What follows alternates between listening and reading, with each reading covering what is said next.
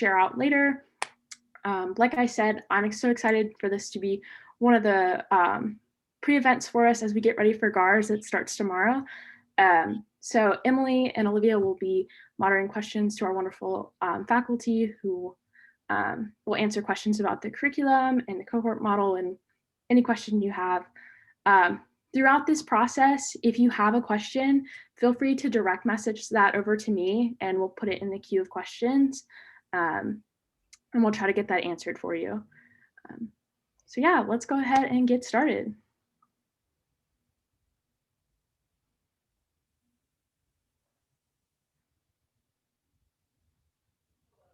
Okay, that's my cue. I have a million tabs on my computer. This is grad school in a nutshell, virtually. Okay, so anyone of the wonderful faculty can answer this, and I hope that we all get to hear from you. So first question is to tell us about yourself, your role at Clemson, and how long you have been working / teaching at Clemson. So I guess, you know what, I'm just going to choose Rachel. You're first on my screen if you want to go. Hello, I'm Dr. Rachel Wagner, she, hers pronouns. I'm coming to you from the traditional homelands of the Cherokee people, land seized through U.S. military and diplomatic incursions, and now known as Anderson, South Carolina. I am in my 5th year on the faculty. I'm an assistant professor in higher ed and student affairs. And prior to coming here, I was in a number of positions, mostly in housing and residence life, for 16 years after graduating with my master's in counseling education. And I forgot what else I'm supposed to say, Olivia. Is that it? Yes, you're good. Tony, it's on you. Hey, okay, thank you. Hi, good evening, guys. I'm Tony Cawthon. I too am in Anderson. It's going to be a pattern here, I believe, among the faculty. So I use he, his, and him pronouns, and we're delighted you're here, and we're delighted you're considering Clemson. This is my 30th year at Clemson. The first 6 years, I was the director of residence life, and then I've been a faculty member for the last 24.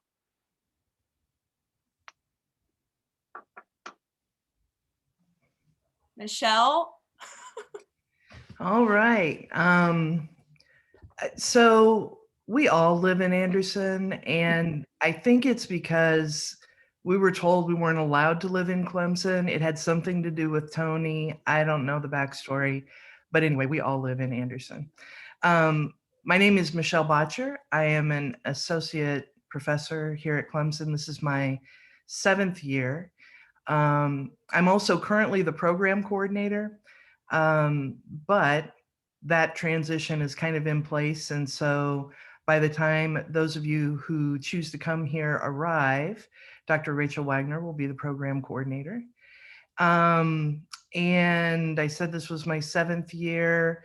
I think that's all I'm supposed to say. I'm happy to be here this evening. Looking forward to your questions. Thank you. And now we have Dr. Kroom. Hello, good evening. I am Dr. Natasha Kroom. Preferred salutation is Dr. Kroom. Personal pronouns, she, her. Also, apparently, now you all know I live in Anderson too. I mean, I could be on the witness protection list and they just putting all our business in the street. I don't understand it. But so coming from the same homelands of the Cherokee, and in an effort to continue pushing our knowledge and thinking, I offer up for us to think about what more we do beyond land acknowledgements to engage in reconciliation or anything actually with actual Indigenous communities around what has ultimately been stolen and taken in really problematic ways. And so I've been at Clemson. This is also my 5th year. I don't know what else we're supposed to say. As I said, probably more than I was supposed to say. That was perfect. Thank you. All right. So our second question is, what are your interests of research, and what were your functional areas to start off in, and how you got to where you are?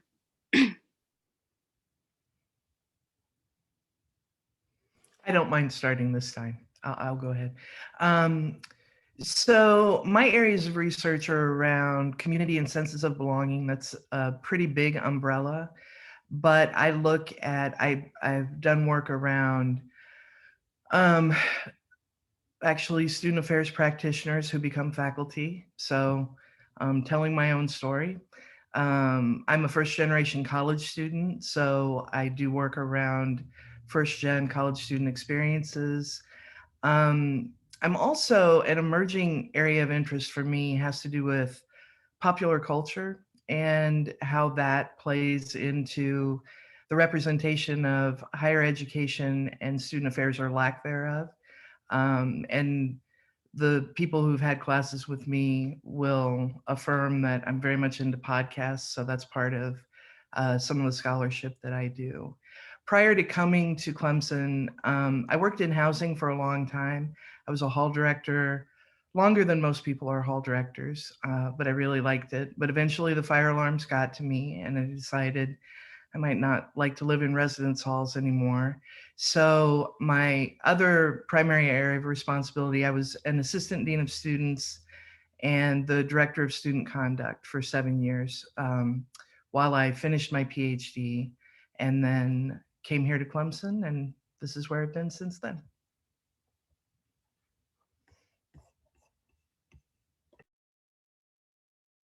I can jump in.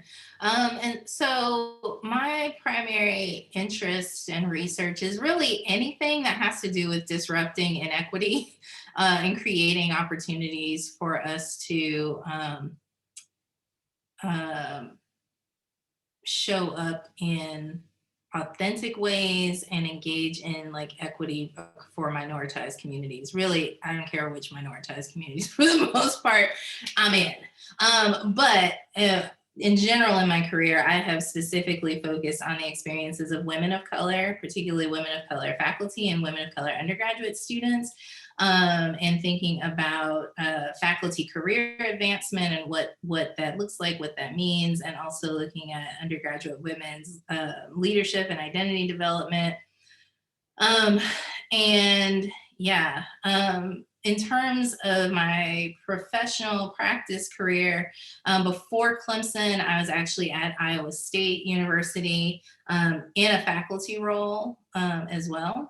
So I taught in the Student Affairs Master's program there for 5 years. And I finished my I got my doctoral degree at Iowa State as well. And before that, I was at the University of Maryland, College Park, where I worked in housing. I think that's all we're supposed to say, right? Okay. It's been a long day for everybody, I'm sure. I can go next. So I came up, as I said, through the ranks through housing, and I worked in residence life all around the country. So the University of Arizona, the University of Dayton in Dayton, Ohio, also Iowa State University, which is where I met Dr. Kroom and Michelle, and Dr. Botcher. And I also spent some time at the University of Massachusetts in Amherst in housing and residence life. And that's where I did my doctorate in social justice education.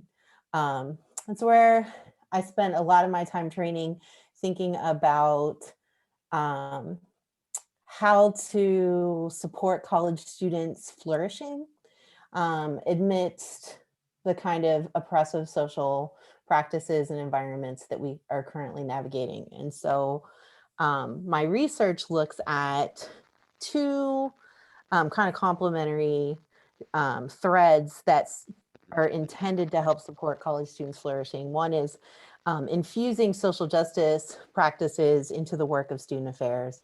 And one is looking specifically at gender aware practices on college campuses and the ways in which gender binaries and gender normativities and gender role expectation has narrowly limited the ways in which folks can show up as their whole human self. And so, yeah, that's what I kind of take a look at. And as I said, I'm Tony. I work primarily in housing. I started in housing at the University of Tennessee, Knoxville, and then went to work in housing at Mississippi State University, and then came to Clemson to work in housing. So my experience as a practitioner was framed by university housing. I miss working in university housing and living in. I actually had a great experience doing that. So it was something I really miss. And then after that, I moved to be a faculty member here at Clemson. I was fortunate enough to be able to stay at the same place to do that, which sometimes is not easy to do, but I was fortunate enough that the person was retiring and it worked out for me. So in terms of research, it sort of evolved over the years. When I first started, it was really in inclusion and equity and diversity. Now it's probably a little more with career and professional development and career transitions, with a little bit of inclusion and diversity, particularly LGBT student identity thrown in there. So, when you've worked for 30 years, that research ebbs and flows. And right now, I would say it's really centered in that sort of the career development and career transitions issues in terms of the research. Thank you. We got everyone, right? I think so. Okay. Next question is, can you share a little bit about what the typical course schedule students will take in their first/second years will look like?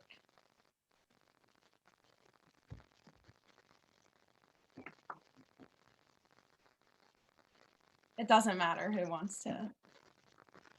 Sure, of course we can. So it's pretty prescribed, right?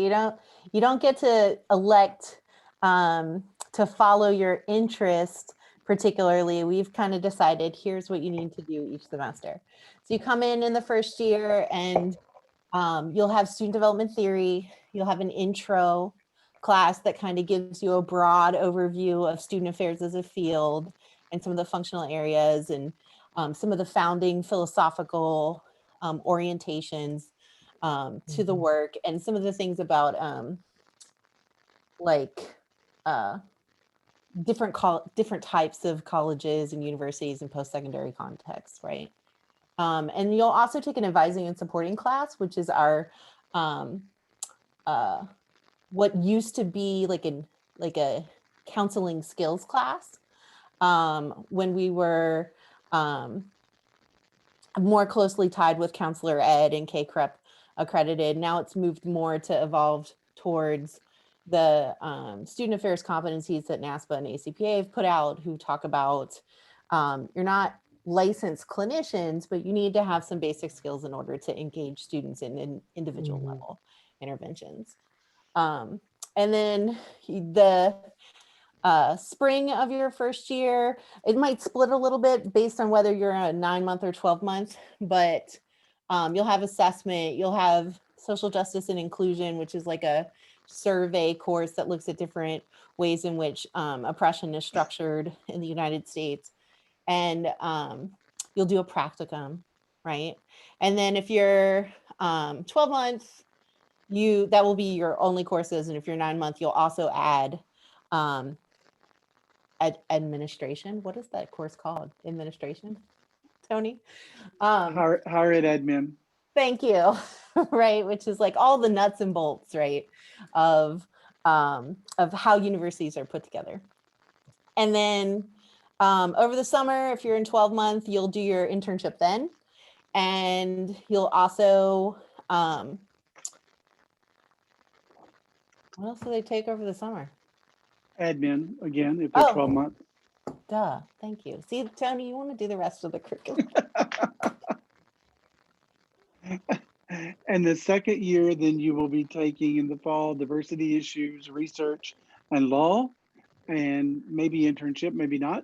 And then in the spring, you will take contemporary college student, our capstone, our issues class, and then either internship, depending on whether you took it in the fall or not. So that sort of gives you the big overview.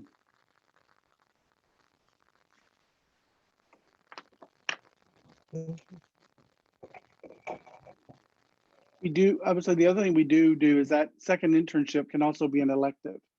You can take a class or be a part of a research project or some other things. You don't have to do a second internship. It's an option in terms of what you want to do.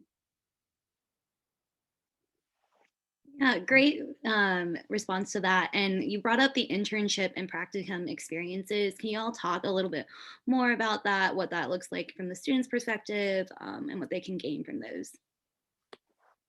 And Rachel or Tony or Michelle or whoever wants to touch on that. I'll start and then they'll correct whatever mistakes I make. So one of the things that I think as you look at programs around the country that does set this program apart is the opportunity to do 3 field experiences, and they're extensive. So the practicum, really the only difference between a practicum and an internship is the number of hours that you're going to do. And so for the practicum, which is in the spring of your first year, it is, and this is where I might make a mistake. Well, one of many places where I might make a mistake, but it's 100 hours. And then the internship experiences that you'll have are 125 hours.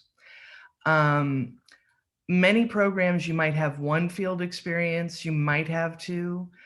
Our students tell us on the exit interview that, oh, thank you, practicum is 75 hours, that it's the field experiences that they find to be one of the most valuable parts of the program, that when they are interviewing, they can speak not just to familiarity with a variety of areas, but really a depth of knowledge because they've been immersed in whatever their areas are. One of the things, so some people, I would say few, but I have no actual data other than anecdotal to back this up. But I really think most of our students will choose a variety of functional areas to explore. But one of the advantages that we have based on where we're located is if someone really, you're the orientation person. That's what you've done. That's what you love. You don't even care about the other functional areas. Orientation is it. Because we have pretty close relationships with alums and good partners to the program at a variety of institutions in the area, you can have an orientation experience in different settings. The question about can internship be done during the summer? It can if you're a 12-month student. If you're 9-month, people will do a CU-GARS and NOTA internships and things like that. That can't count for academic credit, but certainly it enhances the experience that you have and what you're able to talk about later. If you are a 12-month student, absolutely, you can do an internship during the summer. But again, those are the sort of the highlights that I would point out. It is pretty self-directed. No one's going to tell you you should do this and then you should do that and then you should do that. And I think our first years will confirm that's a little nerve-wracking for the first semester when you're looking for a practicum. But your faculty are here, hopefully your supervisor, other people that you know. The second years are probably some of your best resources in exploring what options are out there. I'll stop now in case there are other things that either I missed or people would like to add. I think I would probably just add it's your opportunity to practice what you're learning in the classroom.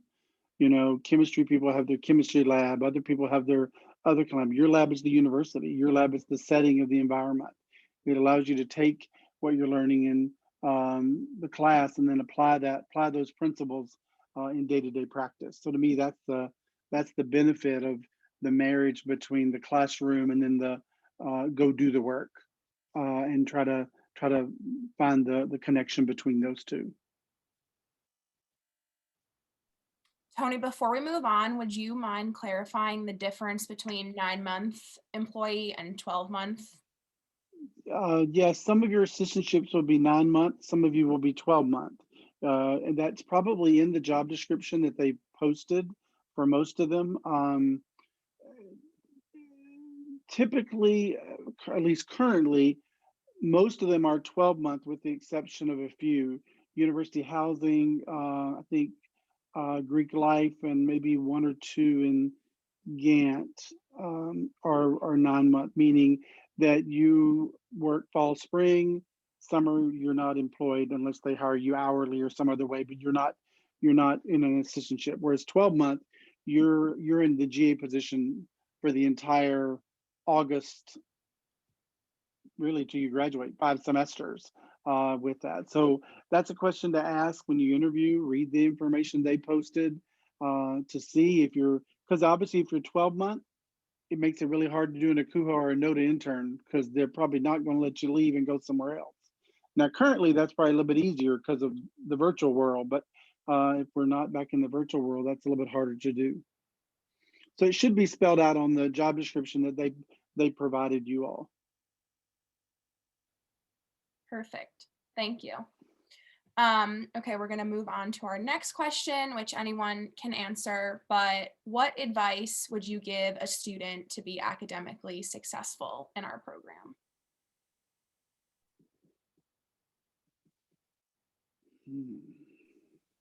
Read.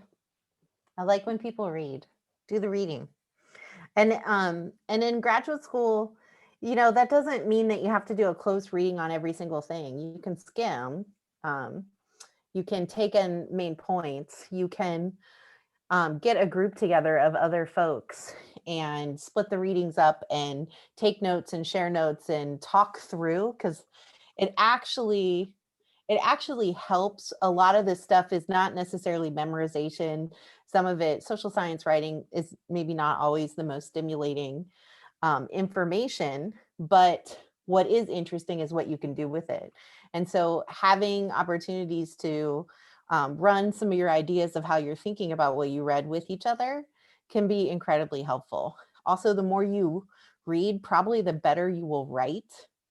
And this writing is different if you didn't come from a social science background. Like, I was an American studies major in the humanities.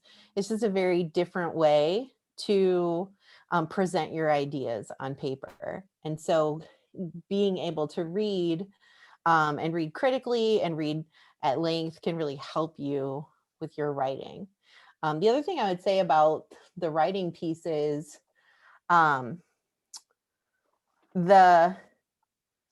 ideas that you're taking up require thinking, and writing is about both the complexity of your ideas and then also being able to communicate that. And that's really hard to compose at one time, right? To like think really interesting things and then be able to communicate it to someone who doesn't live in your head. And so you probably have to do drafts. And that first draft might look like a recording into your phone. And then you backwards outline it and turn it into something that's more organized and supported with good arguments.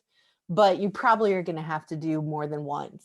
And sitting at a computer kind of typing as you're thinking is not going to meet the standards, right, in graduate level education. And as while I'm on my soapbox, I'll just say, you don't have to get a master's degree, right? It's graduate study. You're pursuing advanced training, and for good reason, right? So that you can do good work. You can support students in their learning and development. And so to do that, which I personally believe is a sacred call, you need to have put the time and the thinking and the effort into it so that you're bringing the best work and support to students who deserve, right, the kind of excellence that we all, some of us benefited from in college ourselves, and we all want for those who come after us.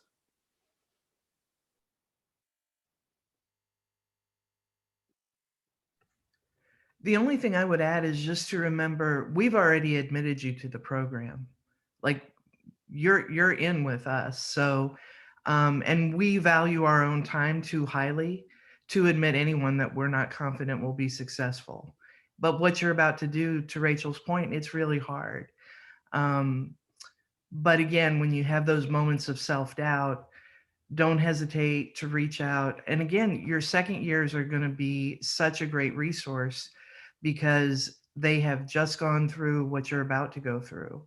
And if you are brave enough to risk being vulnerable and process some of what you're going through with someone in the second year cohort, I think you'll find out you're less alone and less the only one who snuck through the system and somehow got into this program. We all have those moments along the way. So, but for us as faculty, you're good.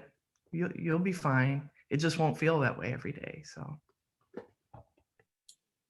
I think the only thing I would add, and I'll apologize, I have an exactly 3-month-old puppy, and I've been on Zoom pretty much since like 9 o'clock this morning, and she's not having it. She's like, I'm over it. I'm over whatever it is you're doing. But, you know, is that just recognizing that all of us, all of the faculty have a diverse take on our instruction type, on what we privilege, what we center in the classroom, what we care about. Let's just be real, what we care about, what we decide to expose you to and engage you in, and that's okay. And in fact, I would offer that it's like, not APA. Okay, well, if you don't want to talk to Dr. Wagner about APA, you can talk to me about APA. I'll get you together real quick. But yeah, and that, like, I think that that's like a, you know, a value of the program is that we all have different approaches to how we engage with students, both in and out of the classroom, I think. So, and like to take advantage of that would be helpful, probably.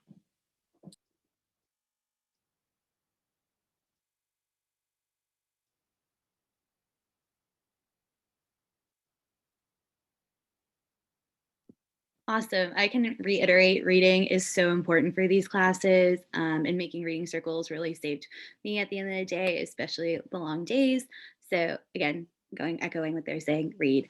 And our question is now going to focus on COVID and how has this program adjusted to meet the needs of the students while providing a healthy learning environment?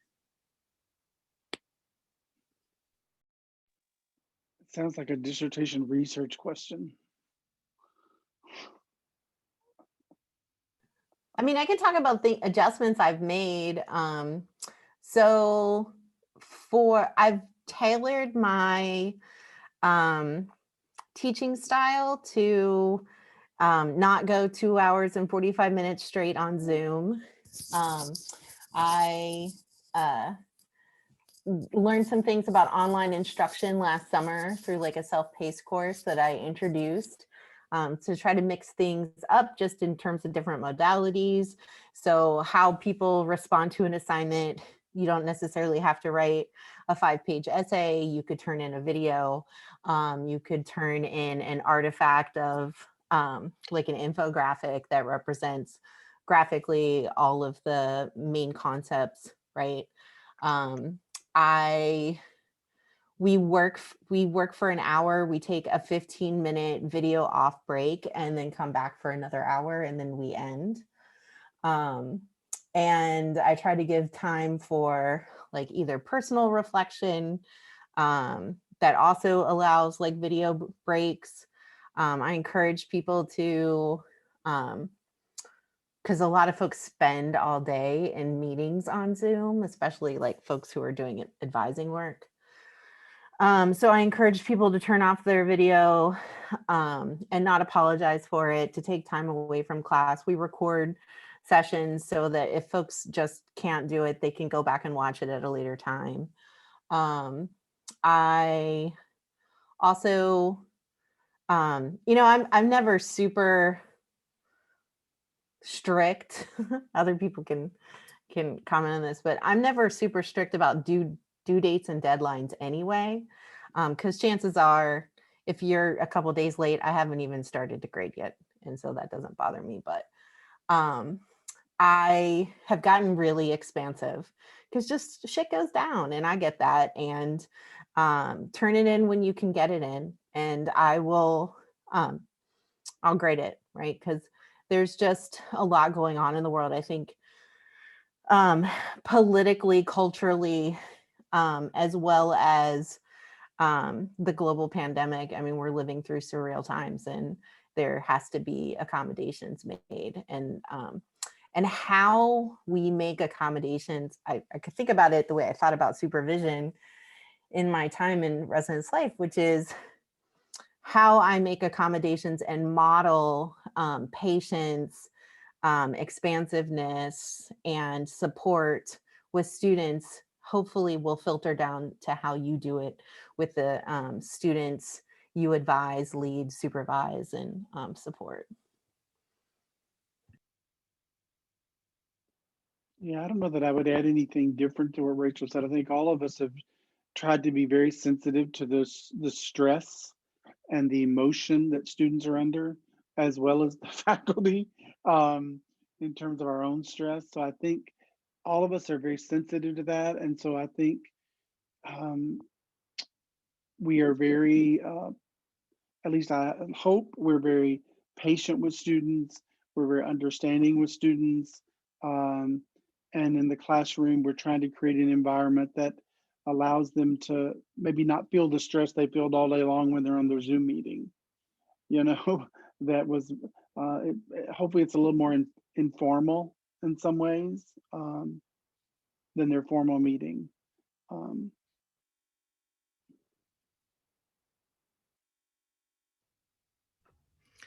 I've become very rigid and unyielding through this. I have not.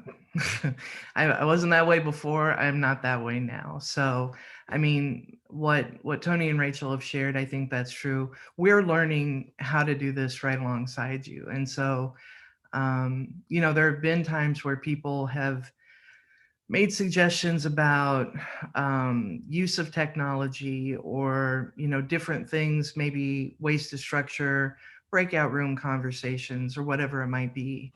And I think we're all open to it. Just because you share an idea doesn't mean we're going to use it, but we're receptive to those, because this is all new for us. And, you know, for me, I'm going to extend grace because I need it too. And there are going to be times where you were hoping to get feedback on something more quickly, and life happens to us just like it does to you all. So I think for me, i'm I'm doing things that I probably should have been doing all along, but because we're in the situation that we are, showing more I don't know, flexibility and understanding. We can't manage the process without it. So there are things I've learned that someday when we're back in person, I'll probably continue to do some things I've learned from this. And there are some things I can't wait to get back to that we can't do right now. So, but yeah. yeah, I think for me, I would also add a little bit that um, learning from the students, you know, as somebody who is in a very different technology generation than most of you, was a nicer way. I put that in a nice way so I didn't sound so old. You know, when I taught this summer, I had 5 students who were sort of like my technology advising group, and I would email them and say, "Here's what I want to do in class. How do we do that with technology to engage them, to keep them engaged?" Because I didn't know that. I mean, I knew enough technology to be dangerous, but not to really make it to use the systems that we had. So I think for us, a lot of us have used our students to help us navigate what works, what doesn't work, and so forth. I mean, they've been invaluable to me in terms of helping navigate that.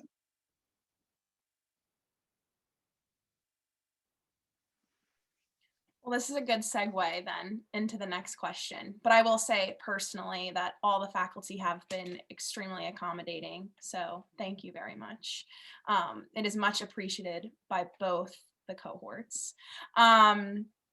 But this is moving into, how do students really learn in your classroom. So you talked a little bit about the virtual aspect, but when it is hopefully in person, how different is it than being on Zoom for class?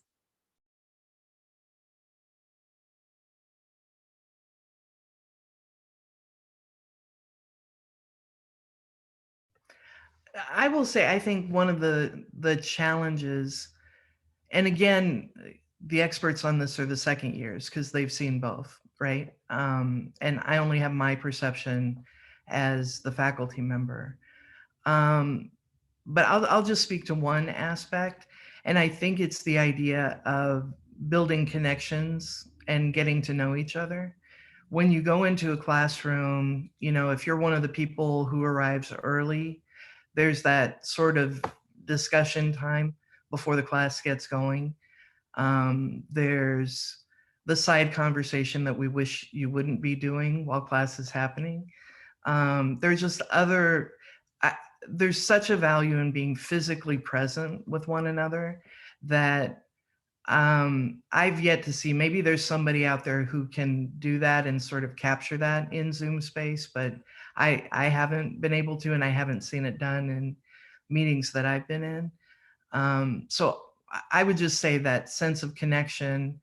And again, your second years are the first years now, so they can tell you this is what it felt like, or this is how I was challenged in that setting to build relationships, or this really creative approach I took to getting to know the members of my cohort.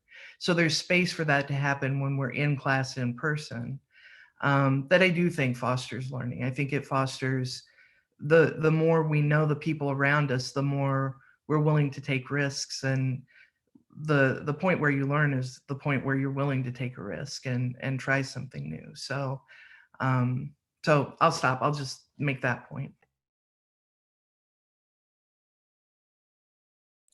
Yeah, I think in addition to that, I mean, the in-person experience, yeah, I do think, I mean, there's just more opportunity to be tactile in a different way, to move around and like manipulate space in a different way that I know for me doesn't always get taken up in the virtual space. And so yeah, I think for me that is probably the thing that I miss. And in terms of how folks learn in an in-person space, yeah, I don't know. I bank a lot on social cues. And so similar to my colleagues, if we're in the Zoom space, you know, I don't have an expectation that you have your video on or you know, all these other sort of strict rules. What that does do is it forecloses opportunities to read body language, to respond to the nonverbals, to, right, like to use those things as teachable moments, if you will, and to really sort of get into, you know, get into whatever it is in the space. So I do think that's a little bit different. Yeah, I would piggyback on that to say, you know, in a classroom, I can look around the room and see, oh, everybody didn't get that concept. But that's hard to do if videos are off. And you know what I mean? So I do think that you lose that that part of it. And I do think, as one who believes that students learn as much from students as they do from faculty, if you don't have those relationships because you've only been beside each other in a Zoom box, I think we lose a little bit of that, you know, because you don't know the people that well. You've never met them in person, some of them. So I think it sort of loses that. That's where I worry a little bit about how do we recapture the peer-to-peer learning that is equally as important as it is between the instructor and student and instructor. Because I learn from students, hope they learn from me, but I hope they learn a lot from each other because their perspectives are valuable. You bring a lot of experience and a lot of knowledge to the classroom.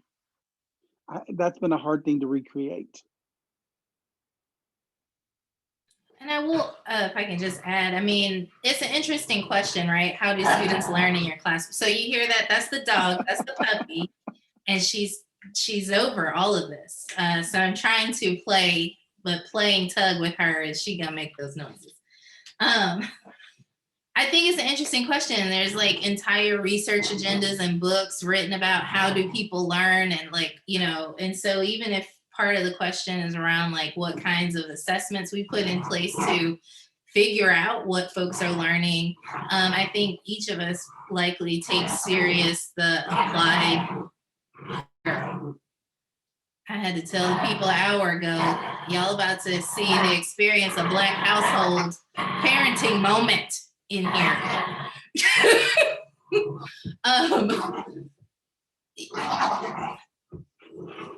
Girl, okay. What was that? She just made me lose my train of thought. Assessments. Oh, thank you. That all of us value the applied nature of our field, right? And so, and I don't think that any of us come from a perspective of like, you all are just empty vessels waiting for us to impart a knowledge on you. And so I know, I feel confident for all that this is all of us, that there are these approaches of assess where you are, like what is it that you do know, and that might be taken up as like a reflection activity, or right, or something like that, and then engage with information, and then have you process through, okay, what does this information mean now? How has this information either supported the kinds of things that you already knew through your own experiential knowledge or schooling, and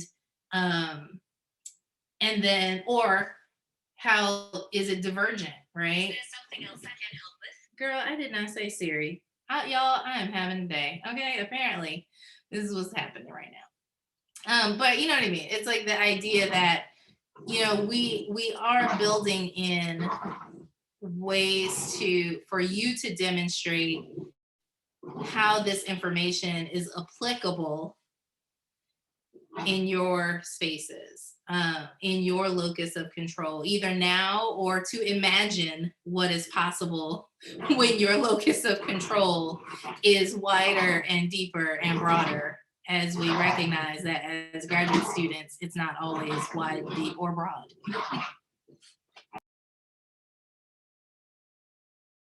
Yeah, being a second year, I got to spend time in these physical spaces with these people and in virtually, and they both have done, all of them have done a really great job transitioning it online when things got going last March. So our next question is, what sets Clemson's program apart from other programs, and how does the program equip students for their success in their careers? Well, I was on a phone call with two colleagues yesterday.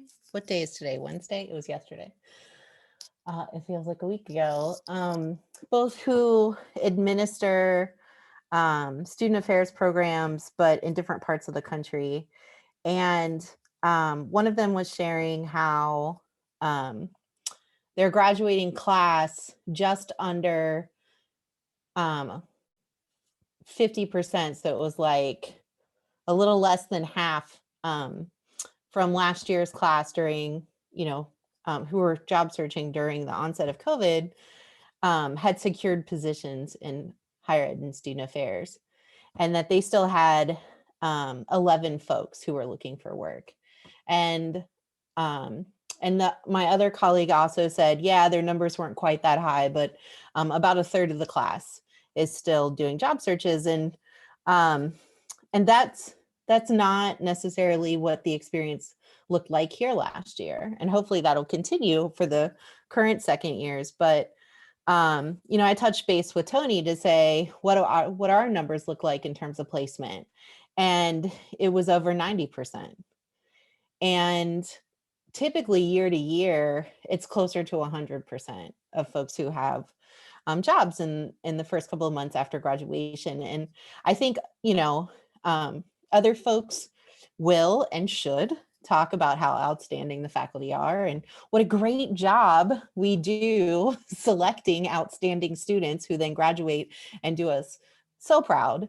But I also think that the curriculum's emphasis on applied work and the assistantship and practicum and internship experiences as a learning laboratory for the concepts and theories and empirical research that you're coming across in the classroom, I think it pays off. And so that's one of the things that I would say distinguishes us. I think connected to that is the extensive network that this program has in terms of our alums. You know, our alums are extremely supportive to our program. They are the folks that are helping those students get hired. And I think they want to see the students be successful. So I think we've done some things to cultivate that relationship in some of our courses so that we can build that relationship. And that it's a strong network. You know, I've probably seen 800 master's students graduate. And they're all out there doing great things in various levels of positions, types of institutions. And, you know, we have a Facebook page that they're always posting jobs on. They're sending us job announcements to send out to the class. They're volunteering to come back for panels. You know, they get a little testy when you included somebody else, but not them in the panel. And they tell you that. Why wasn't I invited? Okay, you'll be on the panel next year. So I think that network and that we've cultivated the network. I think a lot of people have the network. We have cultivated the network to keep them engaged in our program. Many of you have applied to our program because there was an alum that you worked with who said, consider Clemson. That you might not have ever thought about it until that alum, you know, put that word in your little head and made you go, oh, I was thinking about going to the University of Georgia. And all of a sudden, we had a great alum who said, think about Clemson.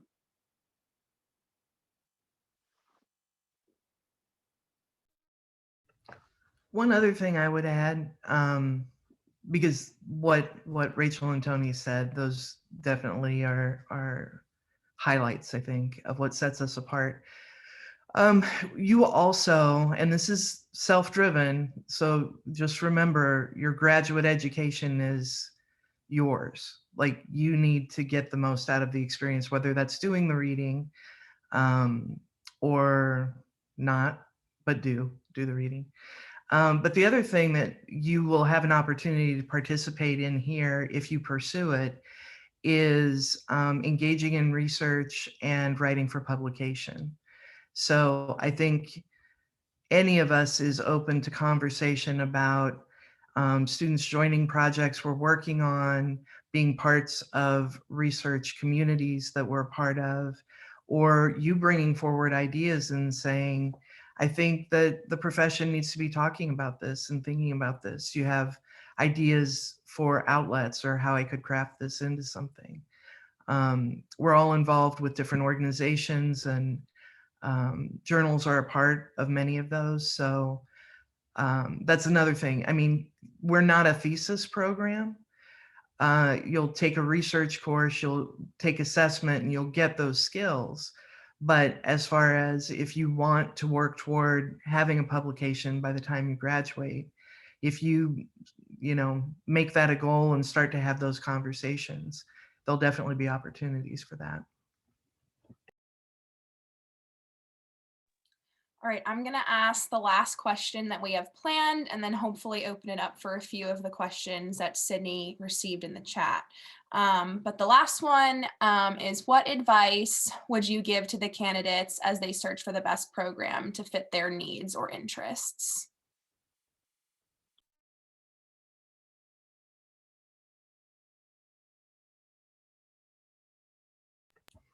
I would say, be selfish.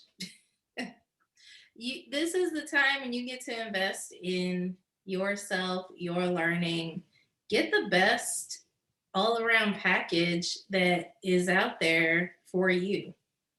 I don't believe that people should pay for graduate education. I particularly don't believe that minoritized communities who have systemically and systematically been kept out of education at all levels should pay for graduate education. So if you find yourself having a bill at the end, once you do the math, then maybe rethink that. And I mean that in the broadest sense of communities that have been systemically kept out of education for one reason or another. But yeah, be selfish. I think we don't tell people that enough. You know, like what are the things that you most want, and go for the programs that do that.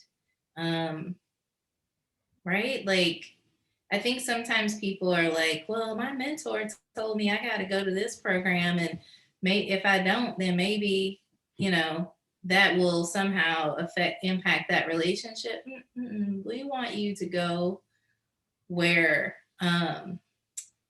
it feels right. And I don't mean that in sort of the the fit narrative that you will hear a lot in the field, right? I don't mean like, I mean like it really feels right, like that you're making connections, that that the curriculum is sitting with you, that while you might be nervous, you're more excited about the opportunities, and where again you're being supported and feeling that you'll be supported in multiple ways. And so that would be my advice, is to be selfish about it. Don't be like me. I only applied to one program, so ooh, it was good I got in. Because I don't know what happened after that.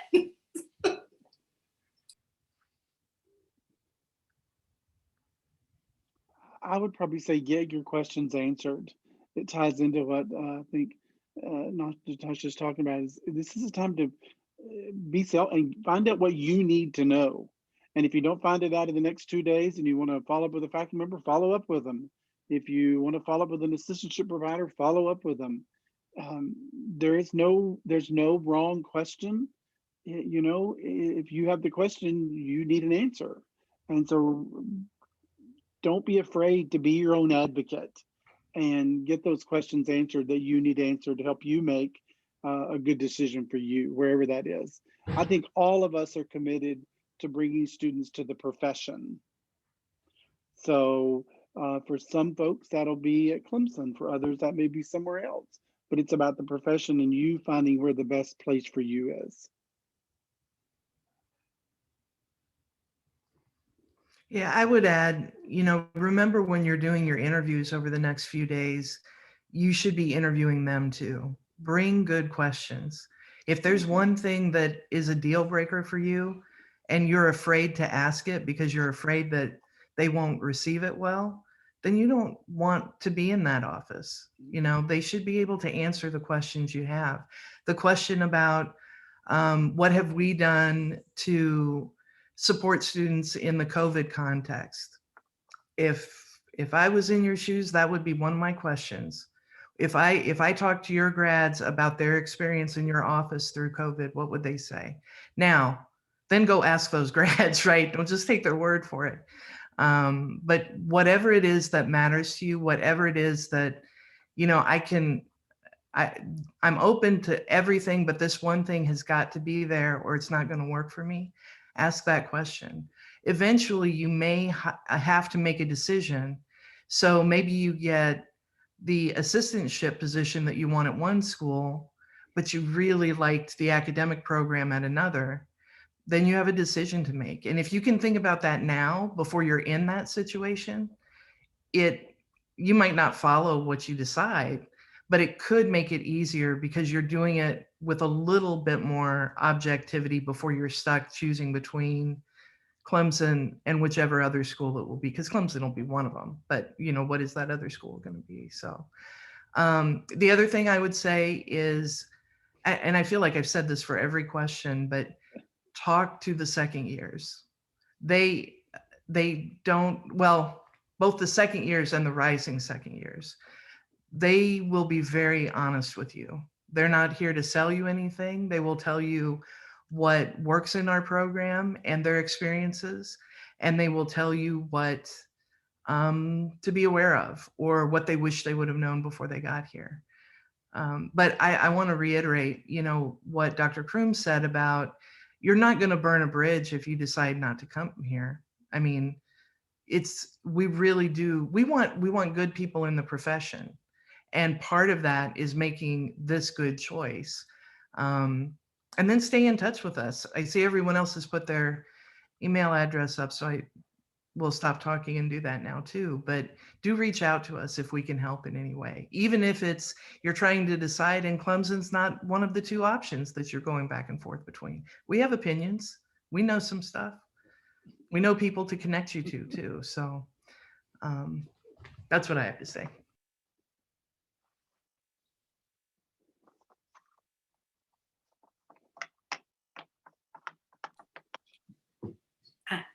I know we're wrapping up, but the 3-month-old puppy just had the poopy squirts all over the place. Thought she had just farted. That's not what happened. I went looking, wasn't a fart. I really appreciate y'all showing up. Feel free to email me. I gotta go. Thank you for being here, Dr. Crum. Thank you, Dr. Crum. If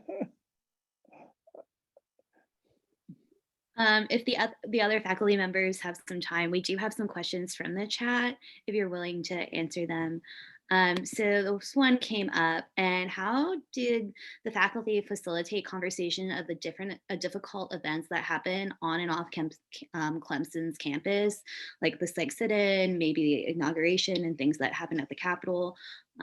Yeah, you can talk about that.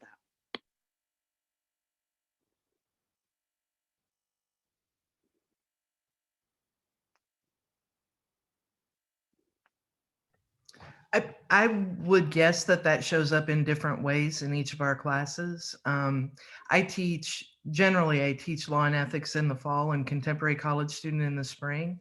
So it's a super easy connect between the world and the work and all of that stuff. So it might come up in the context of current events, depending on not only what has happened, but what students have asked for. I've had students ask in advance of class, hey, we're navigating this as a cohort. Could we have some time at the beginning or during class to talk about it? I also think that many of us, sometimes you have planned what you think you're going to teach, and then the world tells you you're supposed to teach something else that day. And I think we all do that. I think we all adapt to what is necessary to learn. Rachel mentioned earlier this idea of the pandemic and showing care being role model for good practice. I think this is the same thing. If you're in a position and you're supervising and something happened and you just stick to your routine supervision questions, that at the very least could be insensitive, but at the most, it really could speak volumes to your team about how you value them as human beings. So I won't say, oh, if something happens, then this is what we do. This is our checklist that we follow, because I do think that we do it in different ways. But the classroom space is shared space. You all bring knowledge and experiences and insights that we don't have. And we also don't always know what is pressing. I mean, if it's all over the news, okay, we're probably clued into that. But there are other things that might be going on. There have been times students have brought up things in class and I've had to ask them to tell me more about it because I just wasn't aware. So we really, it blends with the work that we do and the content that we're teaching, but it's also, we make space to talk about the world and that heaviness that we have to navigate from time to time too.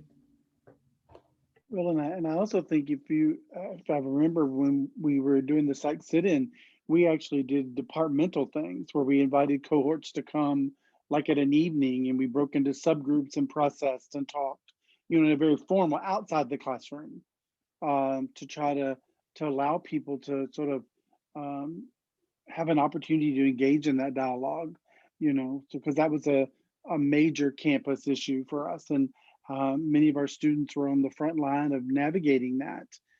So we actually provided some opportunity outside of the classroom in addition to the conversation to come say, let's just debrief, let's talk. And I can't remember how we broke the groups up, but I remember we went in different spaces to talk about different things. So I think all of us are very aware and very sensitive to trying to navigate that and balance that. Along those same lines, Tony, we dismiss class. Right. Not everyone, I don't think, but most of Yeah. us, you know what? If I'm teaching contemporary college students and there is a protest happening on campus that is less than 2 minutes from the building that we're in, I would argue it doesn't matter how far it is from the building that we're in, but in this case in particular, what are you going to get from whatever I designed that's going to be more valuable than engaging in the moment when it happens? So we take the learning on the road sometimes, depending on what else is happening. Yeah, I would say it manifests in lots of different ways. Sometimes it's letters, right? And our faculty has typically championed that within the department because we're in a larger department. We're 2 programs in a department of like 6, right? And so we've often led the way around articulating as a academic community, here's what we're noticing, here's where we're hurt, here's where we're reaching out. Here's where we need to reckon with, right, as educators. So whether it's extrajudicial murders of people of color or a global pandemic, we're writing things, convening folks. Individually, I have a practice called holding space. And it comes from a bunch of traditional genealogies, but around the importance of placemaking around community pain and community harm. That we literally, whether it's virtually or sitting in a circle in a classroom or what have you, we hold space to remind folks that you will not walk alone through this. Someone else is there, not to fix you, right? Not to make it go away, like that's not within our power. And sometimes the trauma and grief that we hold, right, it can't be fixed. But what you can be is not alone in it. What you can have is a community of folks who are alongside you and can express support and solidarity and community without having to jump to solutions or that are perhaps well-intended, but at best kind of fall far short. So that practice I think is important, and it allows for folks to come to their own sense making of what's happening. And then collectively we can forge a path and say, here's what we need from each other. We can make requests and we can find ways to be each other's mutual aid, right? This idea that while you have a need, if you have a need that's unmet, the group, the collective can find ways to contribute to having that need met, right? And that we can be creative and generative and plotty and schemy and thinking of ways to do that, right? I also, I think it was Deja, did I get your name right? Who said in the chat about brave space, right? And this idea of lots of times on college campuses, and especially in conversations about racism, queer and transphobia, and other systems of oppression, folks talk about safety and feeling safe and feeling safer. You might have on your campus like a safe zone training to like try to create more safety. And I will tell you as someone trained in both counseling and dialogic practice, safety is a construct that each of us define differently, I cannot promise you safety. I cannot create and make things safe for you. We have to be responsible for our own psychological safety insofar as we know the things that trigger us, and we can take steps to find our center, to ground ourselves, and to remove ourselves when necessary from things that aren't in the best interest of our thriving and flourishing. That being said, we can commit to braver space, right? Where we can move into vulnerability alongside each other, and take risks towards our learning and our collective healing, right? Because we're all navigating systems that have disproportionately advantaged some and disadvantaged others. And we probably are on, most of us are on both sides of that, depending on the angle and the lens and the axis of analysis.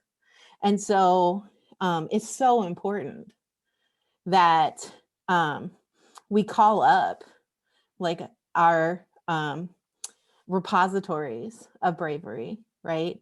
And step into vulnerability so that we can learn from each other and of each other, and maybe even learn something about ourselves in the process, right? Something that can be transformed into that self we're all aspiring to. So yeah, we've done that individually, group, and collectively, and it's a continuing process, right? That I hope if things work out that you'll be alongside us to do. Yeah, thank you all for your insight. As you've noticed, we've kind of getting close. We've gotten over time today. We have one more question for our faculty, but before we do that, if you have to go, we totally understand. If you're able to complete the assessment that was dropped in the chat, we'd greatly appreciate it. And so I'll leave it to our host for tonight to ask our one last question, and then thank you all for being here. We really appreciate getting to know you. If your question was not answered, you have those email addresses now. So I would contact the faculty, get to know them. And if you have a host this weekend through GARS, definitely reach out to them too, and I'm sure they can help you as well. Thanks, Sydney. All right, this is the last question of the evening. Okay, what is your favorite part of the program or experiences within the program? And what do you see as an area for more growth and improvement?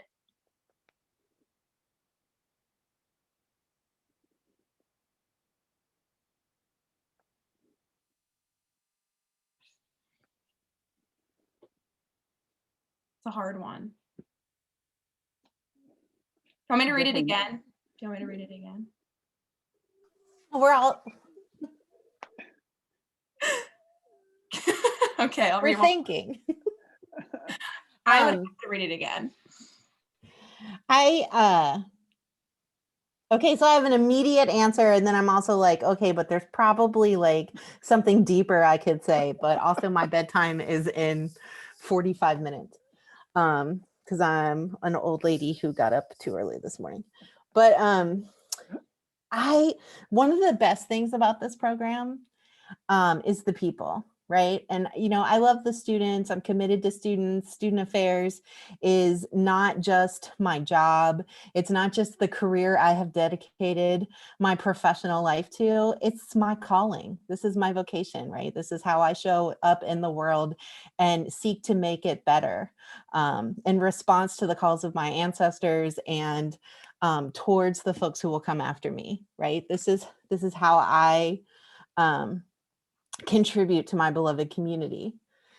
And the people who've also made that choice, right? Who have said, yeah, I could make a hell of a lot more money going out into corporate America, but instead I choose students. I choose learning. I choose development. I choose to be good company on someone else's pathway towards their goals and helping them see opportunities that they didn't even know were available to them. Like, those are my people. I want to be around them. I want to be friends with them. I want to be challenged by them. I want to plot and scheme and cook up ideas and try things out, projects and possibilities, right? I want to be world makers with them, right? And so that's true of the students that I have the great good fortune to work alongside, the ones who have joined my research team or support me as a teaching assistant, as well as the ones I learn from in the classroom. But it's also true of my faculty colleagues, right? Like these are people, we giggle all, oh well, I giggle.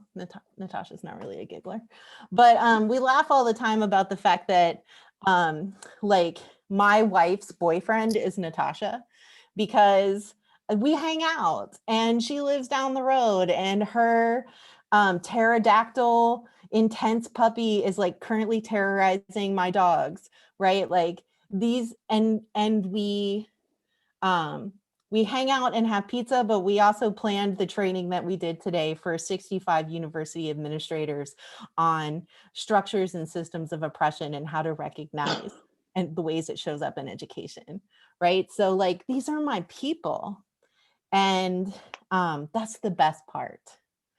What we always need to improve is there's not enough of us to go around, right? Like the cohorts have been really large and we've lost faculty lines.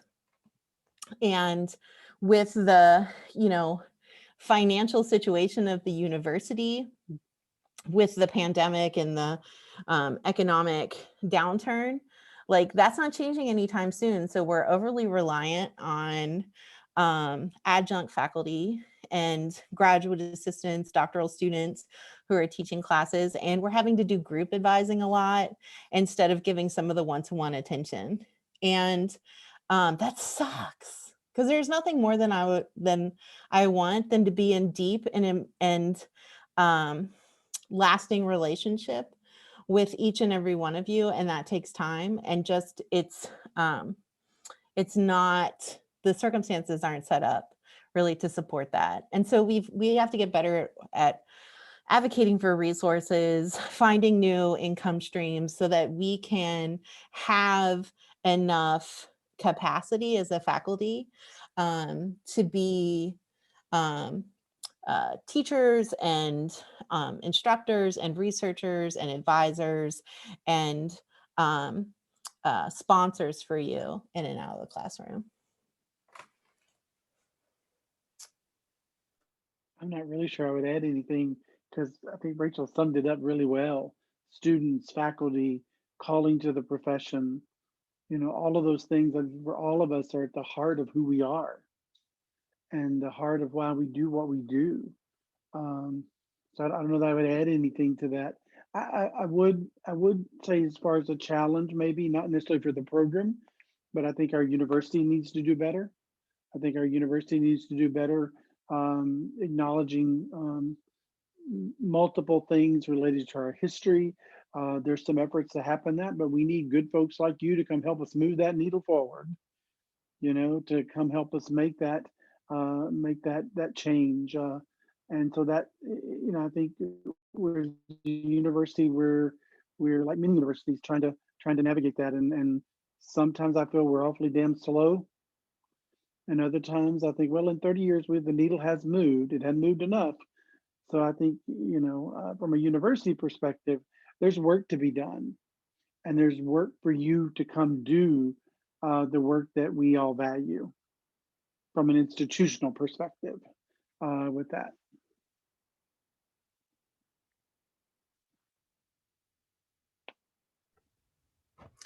I would agree with my colleagues.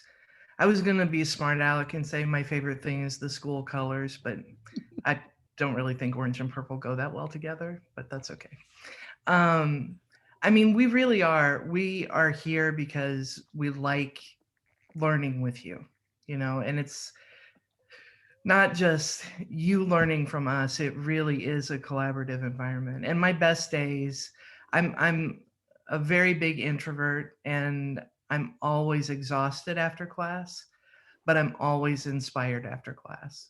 I'm inspired after I think through all the things I should have done differently. Then I go to being inspired. So, but it is a hard place. I mean, it's a hard place for us to have a vision of what could be and not be resourced to achieve that vision. If you want to understand this campus a little bit better before you get here, Dr. Rhonda Thomas has a book that just came out a few weeks ago, Call My Name Clemson. I'm in a reading group about it right now. Do your homework, you know, understand the institution you are going into. It's not easy. It is very challenging here. And grad school is challenging. I would argue every institution where there is a program, that institution is the laboratory, and you're going to see behind the curtain. There's more to see behind some curtains than others. So, but despite those challenges, it is the people. Like, we lift one another up, whether that's us as faculty, whether it's in relationship with students or students in relationship with each other. I'm proud of the work that we do. You know, I like I say, can be very self-critical and think I could have done this a little bit better, but that's part of it. You know, every day is learning and growth and engagement. So we genuinely care about the students that we bring here. Like I said, we've already decided that academically, this is a place where you can be successful. We are committed to that. And that's a pretty good job to have. You know, my job is to talk about things I want to talk about, read the things I want to read, and hang out with the people I want to hang out with. Almost always. There are some meetings I'd rather not go to, but I like them better on Zoom. I like them way better on Zoom with the camera off. I digress. I'll just stop talking at this point because I tend to ramble. But thank you for that question. I think it's important. And I think it's important. That's a great question for you all to be asking the people you come into contact with in the next few days, whether it's students, whether it is assistantship providers. Do your homework and find the place that's going to be best for you. We know that we're here for you, but you have to feel right about the place. So we really appreciate you being here. And so many of you stayed. And what time is it? We're almost a half an hour over. Yeah. That won't happen when you get here in class. We end class pretty much on time. We're early, but. Very true. Well, thank you all for being here, for giving such wise words. Like Michelle said, like, we always have really good conversations here with this faculty. As a student, I definitely recommend you reaching out to them, getting to know them and what they're interested in. Like I said earlier, if you can complete this assessment for us as you leave today, we greatly appreciate it. But other than that, that's all I have for you. Thank you all so much. Have a good one. Good luck, everyone.